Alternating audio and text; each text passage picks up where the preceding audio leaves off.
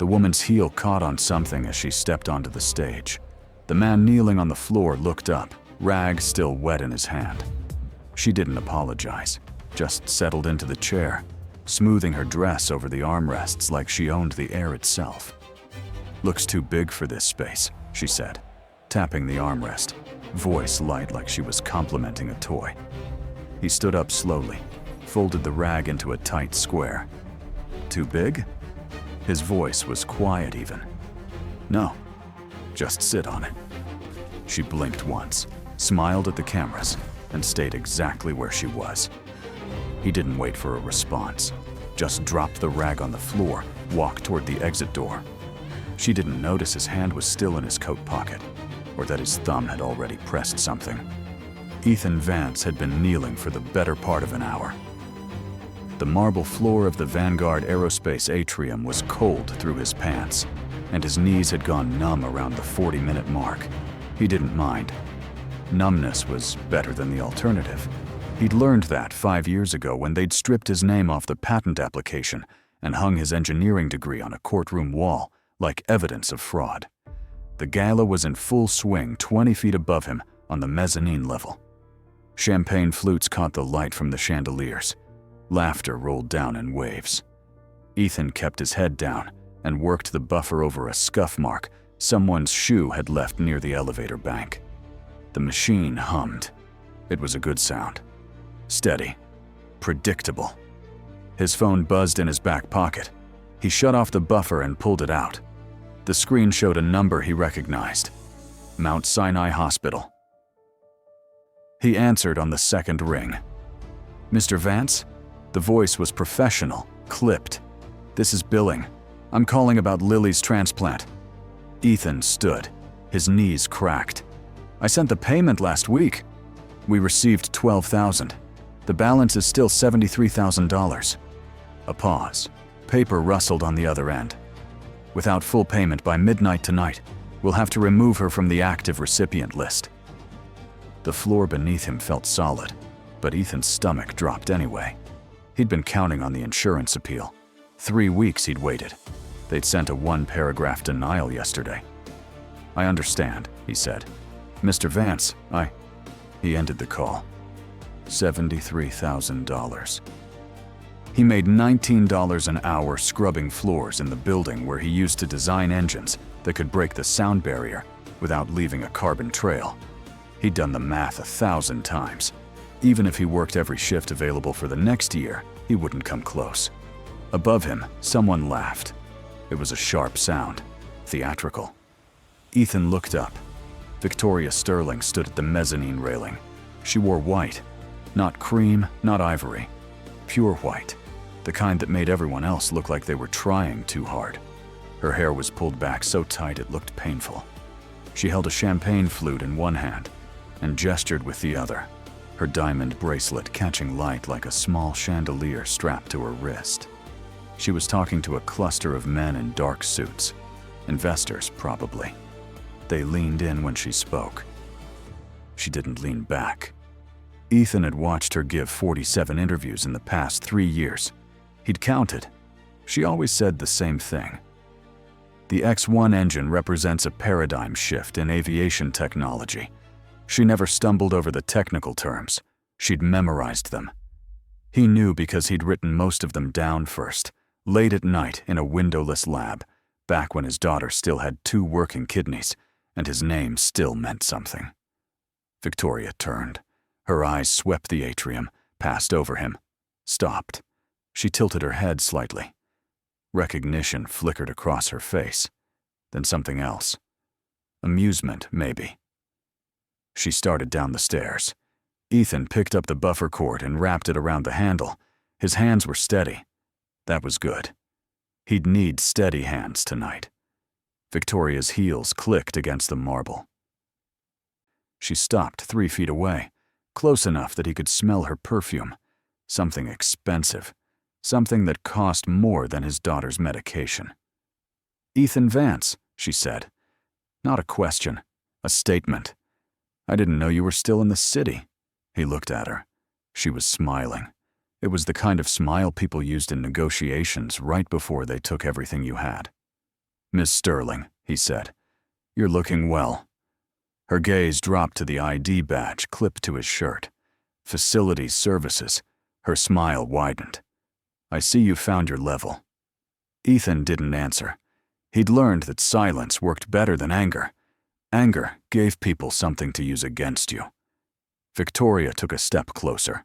Her heel landed on his hand. Not hard enough to break anything, but hard enough to make him pull back. She didn't move her foot. "I'm sorry," she said. She wasn't. "I didn't see you down there." She lifted her heel. Ethan pulled his hand back. There was a red mark across his knuckles. It would bruise by morning. Victoria raised her champagne glass, tilted it slightly. Red wine splashed onto the marble between them. "Oh dear," she said. "Would you mind?" Ethan looked at the wine. It was spreading, dark against the white stone. He looked back at Victoria.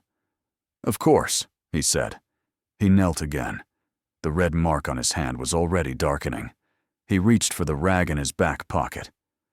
"Not that," Victoria said. "Use your hands. The dirty towel will just make it worse." Ethan stopped. Around them, the atrium had gone quiet. Not completely. The gala was still happening upstairs. But the people nearby had noticed. A woman in a green dress stood frozen by the elevator.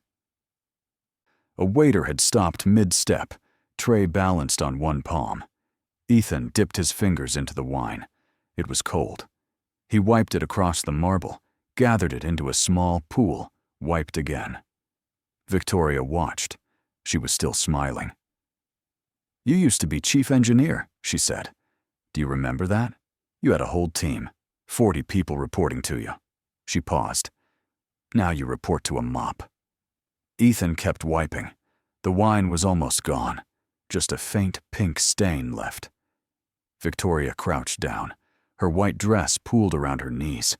She was close enough now that he could see the small scar above her left eyebrow. He'd given her that. 5 years ago, the night she'd stolen the prototype designs from his lab and staged the accident that made it look like he'd sold company secrets to a foreign buyer. She'd cut herself on broken glass when the lab's sprinkler system went off. It had been an accident, the only accident that night. "How does it feel?" she asked. Her voice was low now, almost intimate. "Watching me sit on the throne you built?" Ethan finished wiping. He stood. His phone buzzed again. He didn't check it. "It feels like work," he said. Victoria laughed. It was a real laugh this time, not the theatrical one from upstairs. She stood, brushed invisible dust from her dress. "Well," she said, "don't let me keep you from it." She walked away. Her heels clicked against the marble, then faded as she climbed back up to the mezzanine. The woman in the green dress looked away. The waiter started moving again. Ethan pulled out his phone. 2 texts from the hospital. The first was a reminder about the payment deadline. The second was from Lily's nurse. "She's asking for you," he typed back. "On my way soon." He wasn't. He had 3 more hours on his shift, and if he left early, they'd dock his pay. He couldn't afford that. Not tonight. Upstairs, someone tapped a microphone. Feedback squealed through the speakers. A man's voice echoed down. "Ladies and gentlemen, if you'll please take your seats. The auction is about to begin." Ethan picked up the buffer and moved toward the storage closet. He had floors 6 through 12 to finish before midnight. The auction room was on the mezzanine level, through a set of glass doors Ethan had cleaned that morning. He could see inside as he pushed his cart past. Round tables, white linens, centerpieces made of white roses, and something that looked like chrome airplane parts. Very on brand. Victoria sat at the center table, directly in front of the stage. To her right was a man Ethan recognized from the board of directors. To her left was someone younger, a woman with dark hair pulled into a bun. Her assistant, probably. The woman leaned over and said something. Victoria nodded without looking at her. On stage, a single object sat under a spotlight. A chair. Not just any chair. The flight seat, Vanguard's newest prototype. Ethan had read about it in the company newsletter they left in the break room. $10 million in development costs, hydraulic suspension, adaptive ergonomics, real-time biometric monitoring. It was designed for long-haul flights, the kind that crossed oceans. The press release said it would revolutionize first-class travel. Ethan knew better. He'd designed the hydraulic system. Not this version, the original, the one he'd filed 6 years ago under a patent that no longer had his name on it. Someone had modified it, added bells and whistles, made it flashy. But the core mechanism was his. He could see it in the way the seat balanced on its central column, the slight angle of the support beams. The auctioneer stepped up to the microphone. He was older, silver-haired, the kind of man who probably owned a yacht. "Our next item," he said, "is truly extraordinary. A once-in-a-lifetime opportunity to own a piece of aviation history." The spotlight on the seat grew brighter. Ethan stopped his cart near the glass doors. He shouldn't watch. He had work to do. But he stood there anyway, one hand on the cart handle. "The flight seat," the auctioneer continued, "represents the pinnacle of comfort engineering. Designed by Vanguard's award-winning team, this prototype has been featured in Aviation Week, Forbes, and Time magazine." He paused for effect. "And tonight, one lucky bidder will take it home." Victoria raised her paddle before he'd even stated the starting bid. People turned to look at her. She didn't seem to notice. $50,000, she said. The auctioneer blinked. "Ms. Sterling, the opening bid is..." "50,000, she repeated. "Unless someone wants to challenge me?" No one did. The room stayed quiet. Ethan watched Victoria's face. She wasn't smiling anymore. This wasn't about the chair. It was about something else. Control, maybe. Or just making sure everyone knew she could have whatever she wanted. "Sold," the auctioneer said. He sounded disappointed. "To Ms. Borf, Sterling for $50,000. Applause rippled through the room. Victoria stood. She walked toward the stage, heels clicking against the polished wood floor. When she reached the seat, she ran one hand along the armrest. The gesture was almost tender. Then the seat moved. It wasn't much, just a slight drop, maybe half an inch. But Victoria stumbled, caught herself on the armrest. Her smile froze. The auctioneer stepped closer. "Is everything all right?" Victoria straightened. "It's fine." But her hand was still gripping the armrest, knuckles white. The seat dropped again. This time, a full inch. A mechanical whine filled the room, high-pitched and wrong. Victoria tried to step back, but the seat's armrest caught her dress. She tugged. The fabric didn't give. Someone in the audience laughed nervously. Victoria's face flushed. She yanked harder. A seam popped. The seat kept whining. It was the hydraulic system, Ethan knew. A pressure valve had failed, probably. Or maybe someone had set the calibration wrong. Either way, the seat was stuck in a slow descent, and Victoria was stuck with it. Her assistant rushed onto the stage. "Ms. Sterling, let me get someone who knows what they're doing," Victoria snapped. Her face was red now, not just flushed. The mechanical whine had gotten louder. The whole room was watching. The assistant looked around helplessly. Her gaze landed on Ethan through the glass doors. She pointed. "You," she said. "The maintenance guy. Get up here." Ethan didn't move. His shift ended in 2 hours. He had $73,000 to find in the next 6. This wasn't his problem. But Victoria turned. She saw him through the glass. Their eyes met. She didn't say, "Please." She just stared at him, waiting, like she was owed his help, like the past 5 years hadn't happened. Ethan pushed his cart to the side. He walked through the glass doors. The room fell silent as he crossed to the stage. Every eye followed him. He could feel their judgment, their curiosity. The janitor coming to save the queen. Victoria's assistant stepped aside. Ethan climbed onto the stage. Up close, the seat looked worse than he'd thought. The hydraulic fluid was leaking from a valve near the base. The whining sound was metal grinding against metal.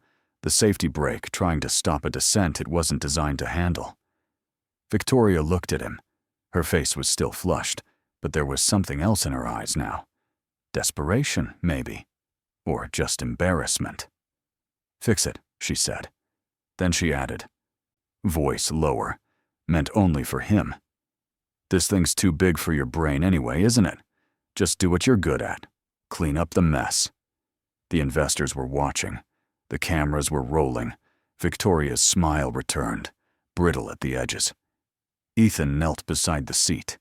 He could fix it. It would take maybe 30 seconds. Tighten the valve, reset the pressure sensor, manually override the brake. Simple. But he didn't reach for the valve. He stood. He looked at Victoria. She was still sitting on the armrest, dress torn, face red, trying to maintain composure. "Too big?" Ethan said. His voice was quiet. The microphone on the auctioneer's podium picked it up anyway. "No, Victoria, just sit on it. Sit on it. Calmly." Victoria blinked. "What?" "The seat." Ethan gestured. "Just sit. Stay calm." She opened her mouth to argue, then seemed to think better of it. She sat. The mechanical whining continued, but she didn't move. Ethan pulled a tablet from his jacket pocket. It was old. The screen cracked at one corner. He'd bought it at a pawn shop 3 years ago and spent 6 months rebuilding the operating system. It could do things most tablets couldn't. Connect to closed networks, for instance. Access encrypted files. Override security protocols on prototype equipment that used the same base code as systems he'd designed half a decade ago. He tapped the screen. The tablet connected to the seat's internal computer in less than 2 seconds. Victoria watched him. "What are you doing?" Ethan didn't answer. He entered a command string. Hit execute. The whining stopped. The seat stopped moving. The lights in the auction room dimmed. Behind Victoria, a projection screen descended from the ceiling. It was massive, at least 20 feet wide, the kind they used for product demonstrations. The screen flickered. An image appeared. It wasn't a product demonstration. It was security camera footage, black and white, time-stamped 5 years ago. The location tag in the corner read, "Vanguard Aerospace, Lab 7. Victoria went very still. On screen, a younger version of her stood in Ethan's old lab. She was alone. The timestamp read 2:15 a.m. She walked to his desk, opened the locked drawer. Ethan watched her enter the code. She must have watched him do it a dozen times, and pulled out a hard drive. She slipped it into her purse. Then she took a wrench from the tool wall and smashed the lab's main server. 3 hits. 4. The server sparked. Smoke rose. She dropped the wrench and ran. The footage jumped. A new angle. The hallway outside the lab. Victoria was on her phone. Her voice came through tinny but clear over the speakers. "It's done," she said. "The evidence is planted. When they find it in Vance's apartment tomorrow, it'll look like he was selling to Beijing." A pause. "Yes, I have the real designs. No, he has no idea." The auction room was silent. Ethan looked at Victoria. She was staring at the screen, face white. "That's not," she started. The footage changed again. This time, it showed a bank transfer. Victoria's personal account receiving $2 million from an offshore entity. The transaction memo read, "Acquisition bonus, X1 engine design." More footage. Victoria in a meeting with the board. Her voice echoed through the speakers. "Ethan Vance has been arrested for industrial espionage. The prototype designs were found in his possession. I recommend we move forward with my alternative design." She pulled out blueprints. They were Ethan's. Every line, every calculation. But her name was at the bottom. The screen went dark. The lights came back up. Everyone was staring at Victoria now. Not with admiration. Not with respect. With something else.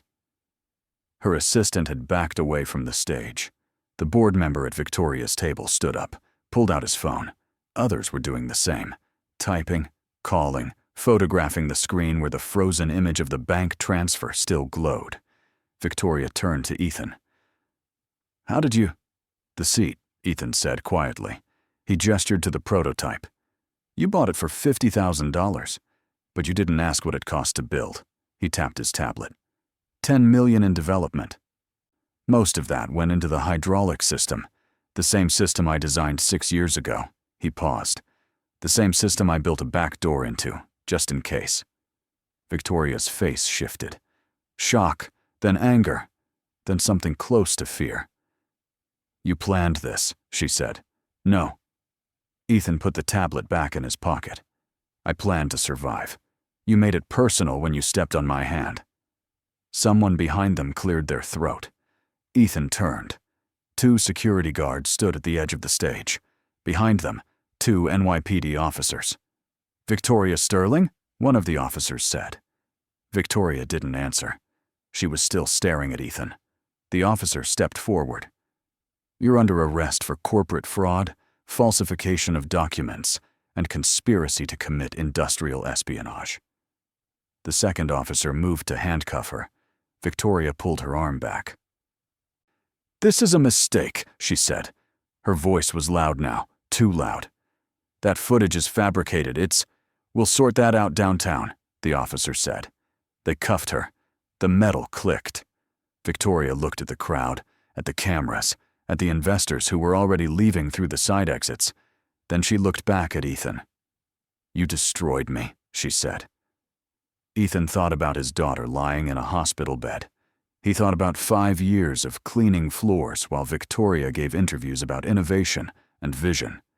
He thought about the moment she'd poured wine on the marble and told him to clean it with his bare hands. "No," he said. "You destroyed yourself. I just showed everyone what you built." They led her away. The crowd parted. The cameras followed her all the way to the door. Ethan stayed on the stage. The auction room emptied slowly, people whispering, checking their phones. News was already spreading. He could see it on their faces. The shock, the outrage, the vindication for those who'd never quite believed Victoria's story. The assistant, Victoria's former assistant, approached the stage. She stopped at the bottom of the stairs. "Mr. Vance," she said. Ethan looked at her. "I'm the one who sent you the files." She kept her voice low. 2 years ago. The security footage, the bank records. I couldn't do it anymore. Watching her take credit, watching her lie. She paused. "I didn't think you'd use them like this." Ethan studied her. She was young, maybe 26, tired eyes. "What's your name?" "Rachel Dunn." "You work for Vanguard?" "Not anymore." She almost smiled. "I quit about 5 minutes ago." Ethan nodded. "Thank you." Rachel left. Ethan was alone on the stage now. Just him and the seat. The whining had stopped. The hydraulic fluid had stopped leaking. He'd set the system to auto-repair after the footage finished playing. It would be fine by morning. His phone buzzed. He pulled it out, expecting another message from the hospital. It wasn't. The number was unlisted. He answered anyway.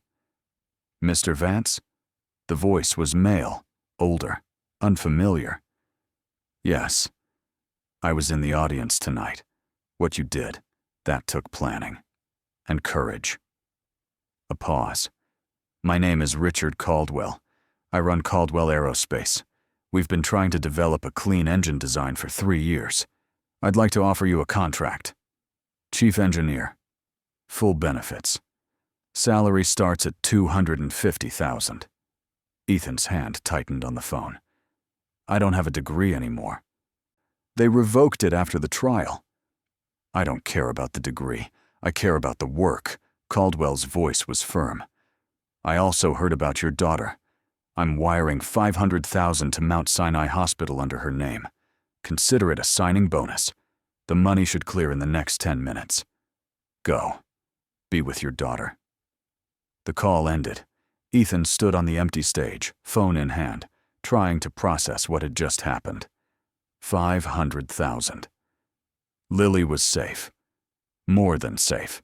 The surgery, the recovery, the medications she'd need for the next year, it was all covered. He left the auction room.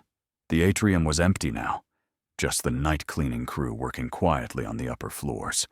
His cart was still where he'd left it by the glass doors. He should probably clock out, tell his supervisor he was leaving early. He didn't. He walked straight to the elevator, rode it down to the parking garage, and drove to Mount Sinai Hospital.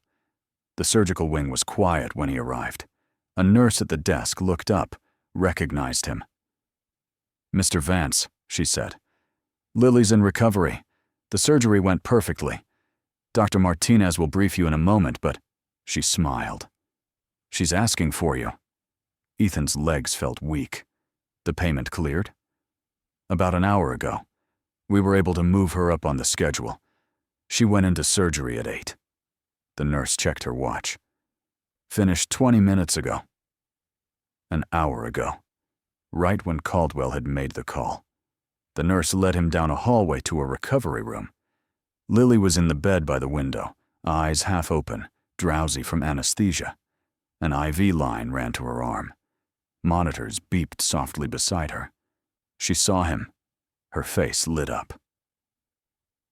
"Daddy." Ethan crossed to her bedside. He took her hand.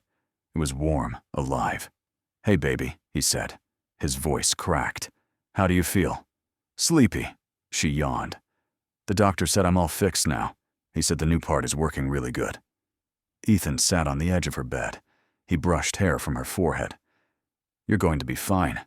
Better than fine." Lily's eyes were already closing again.